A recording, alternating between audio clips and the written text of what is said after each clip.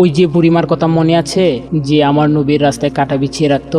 মায়ার নবী ফজরের সময় মসজিদে যাবার সময় কাঁটাগুলিকে হাত দিয়ে সরিয়ে সরিয়ে তারপর মসজিদে যেতেন। ওই বুড়িমা রাতের অন্ধকারে রাস্তার মধ্যে কাঁটাগুলিকে পুঁতে পুঁতে রাখতেন।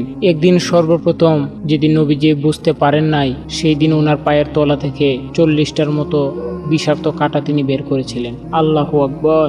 এরপরে নবীজি কাঁটাগুলোকে 2 হাত দিয়ে সরিয়ে আমার নবী, রহমতের নবী, সারোয়ারের দুজাহান মসজিদে যেতেন। একদিন আমার নবী দেখলেন রাস্তায় কোনো কাঁটা নাই। তিনি জিজ্ঞেস করলেন, আজ রাস্তায় কোনো কাঁটা নাই কেন? সাথে থাকা লোকজন উত্তর দিল, হুজুর, আপনার রাস্তায় যে বুড়ি কাঁটা বিছিয়ে রাখতো সে অসুস্থ, বিছানায় পড়ে আছে। এই সেই বুড়ির বাড়ি যেখানে হাজিগণ হজ করতে গেলে এই বাড়িটি দেখতে যান। বুড়ির বাড়ি থেকে সামান্য পরিমাণ দূরে অবস্থিত এই সেই মসজিদ, যে মসজিদে নবীজি রাসূল সাল্লাল্লাহু আলাইহি ওয়াসাল্লাম নামাজ পড়তেন। সবাই সুবহানাল্লাহ বলে যাবেন।